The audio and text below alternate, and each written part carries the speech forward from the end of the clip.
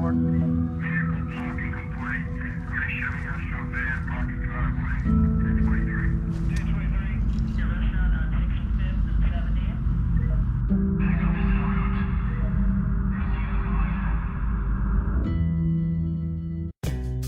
guys, Kiwi here. Warning spoilers for Breaking Bad, El Camino, and Better Call Saul up to Season 6, Episode 11. In this video, I'll be breaking down the teaser trailer for Episode 612, along with discussing other predictions for the final 2 episodes of Better Call Saul, such as the episode titles, the remaining Walt and Jesse cameos, and more. Like the video if you end up enjoying it, subscribe to the channel, and follow me on Twitter for more Better Call Saul and Breaking Bad updates. With that being said, let's jump into the breakdown. This teaser trailer features a cop car arriving in a neighborhood at night with flashing lights, and 2 partnering officers exiting the vehicle, walking towards what I assume is a house. The initial reaction is that they're going to the house that Gene breaks into at the end of episode 611. Since Gene broke in instead of using the duct tape trick, now there's evidence that the house was broken into. So does Gene get away with it, with the house owner calling the police due to seeing the broken window after Gene is left, or does Gene get caught? I assume that the house doesn't have a security system since we saw Gene open the door without an alarm going off at the end of 611, so the police must have been called manually. Now, does Gene get caught? If so, is it possible for him to talk his way out of it either with the house owner or the police?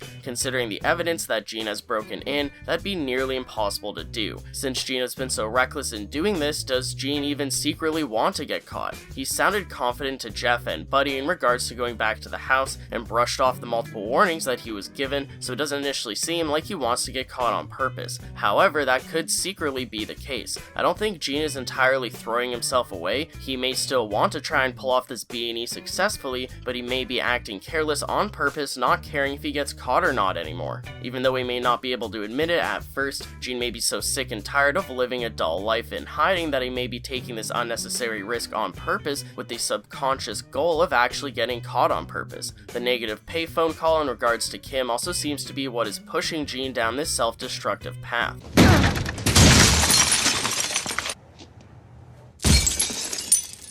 I wonder if the man with cancer who owns the home that Gene's breaking into actually dies due to the laced water and or alcohol consumption. It'd be incredibly tragic and shocking for Gene to break into the home and to try and steal the man's wallet just to discover that the man is actually dead. Could the cops be arriving at the home due to the man being reported as dead? Maybe not necessarily Gene calling it in himself, but someone else finding the body after Gene is left. It's possible, but since the trailer takes place during the night, it's implied that the cops arrive the same night that Gene breaks in. Keeping with the idea, it is possible that Gene could call in the fact that the guy died and then play it off to the cops and talk himself out of it by pretending that he was closer to this man than he really was, saying how he broke in because he was worried that he was dead and then found out that he was. Or maybe he could pin the break-in on someone else and say to the cops that he arrived after. To be honest, I'm just going down the rabbit hole here with that theory, even though it's probably not going to happen. Now, Jeff wondered if the man would even be still under the influence due to having drank the laced water hours ago,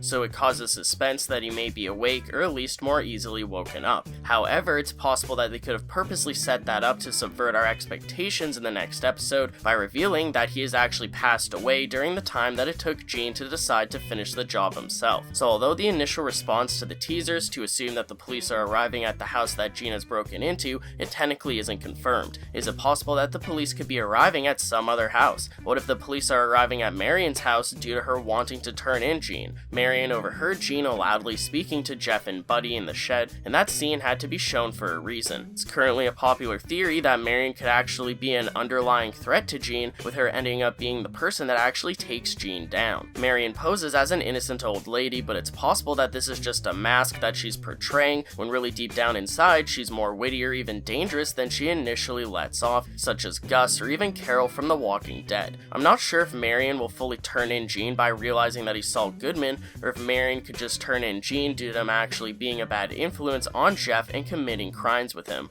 Due to the laptop that Jeff bought Marion, it's possible that Marion could see a photo of Saul Goodman on the internet and realize Gene's true secret identity. The last option that I could see the police arriving at is Gene's house. On one hand, it's possible that Gene could flee the B&E and return home but gets spotted, causing the police to eventually track him down at his home. Now, Gene has been using his Victor with a K alias for these marks, so they don't know his his real name, so I'm not sure if there's some other way that the police could track him down. Or maybe Marion could call the police on him, causing the police to arrive at his home. So the episode titles for 6/12 and 6/13 were released a few days before 6/11 even aired. 6/12 is titled Waterworks. Saying "Here comes the waterworks" is of course a popular figure of speech implying that someone is going to start crying. This implies that episode 6/12 may be depressing of sorts, resulting in someone crying. However, the episode title could have more of a literal meaning rather than metaphorical. Episode 6/11 revealed that Kim was working at the Palm Coast Sprinklers, so the waterworks could relate to her job. Now I'll be releasing a more in-depth breakdown and predictions video tomorrow in regards to Kim, and something I'm going to talk about is the fact that we may see what Kim's been up to from her perspective during the Breaking Bad and Gene timelines, along with seeing the payphone phone call from her point of view. And then episode 6/13, the series finale of Better Call Saul, is titled Saul Gone. This is a very ominous final episode name that could be both symbolic and literal. Will Gene throw in the towel for good in regards to his Saul Goodman persona, finally accepting to let go of his past and move forward into a new future? Or could Saul/Gene move away and relocate once more, or even die somehow? There's many ways that you can perceive the episode title Saul Gone, as I'm sure it has major significance to Saul/Gene's overall fate by the end of the series. Also, currently there aren't any promo images released for episode 6/12, but if a few get released later in the week, I'll be sure to share them on Twitter along with potentially mentioning them in a future video before episode 6/12 airs. Oh, and I couldn't find a synopsis for either episode 6/12 or 6/13 either, so I assume that hasn't been released yet. Now in regards to the Walt and Jesse cameos, although we already saw them cameo in episode 6/11, which I did a video breakdown on, we'll most likely see them again during the final 2 episodes. We were confirmed during the season 6 mid-season break that there will be 3 scenes with Walt and Jesse. We'll get 1 scene with just Walt, then 1 scene with just Jesse, along with 1 scene including both of them together. Since episode 6/11 revealed to us the scene of them both together, I assume that we still have 2 more scenes left, each giving Walt and Jesse one of each of their own respectively. They'll most likely take place during the Breaking Bad timeline, just like the RV scene from 6/11, but in regards to Jesse's scene, could we potentially see Alaska Jesse post El Camino?